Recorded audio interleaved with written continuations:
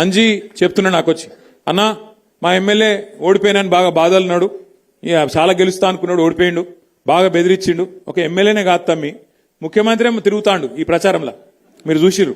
నాకు తెలిసి చరిత్రలో జరగలే. పంచాయతీ ఎలక్షన్ల, సర్పంచ్ ఎలక్షన్ల ముఖ్యమంత్రి తిరగంగా నేనైతే ఎప్పుడు చూడలే.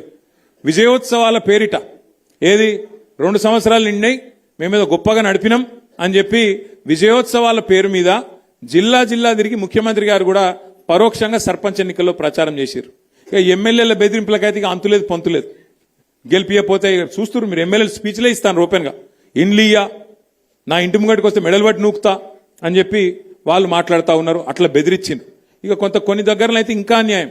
నిన్న నేను సూర్యాపేట జిల్లాకు పోయినా, నల్గొండ జిల్లాకు పోయినా, అక్కడైతే అన్యాయం.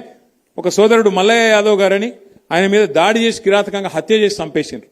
ఇంకొకాడ ఒక సోదరుడు మనోడు నామినేషన్ వేస్తే ఆయన ఎత్తుకపోయి కిడ్నాప్ చేసి, ఆఖరికి ఎంత ఘోరమంటిగా చెప్పరాదు, నా నోటితో నేను చెప్పలేకపోతున్నా, అంత కిరాతకం కూడా అక్కడ తిప్పర్తి మండలంలో ఒక మనోడు సోదరుడు ఆయన మీద కూడా చేసినారు. ఇంకో దగ్గరనైతే గెలిచినాక ఓట్లు వేసినాక, గెలిచినాక కాదు, ఓట్లు వేసినాక మన ఓట్లు కావాలని తీసేసి తీసుకుపోయి మోరిలో వారేసిండ్రు.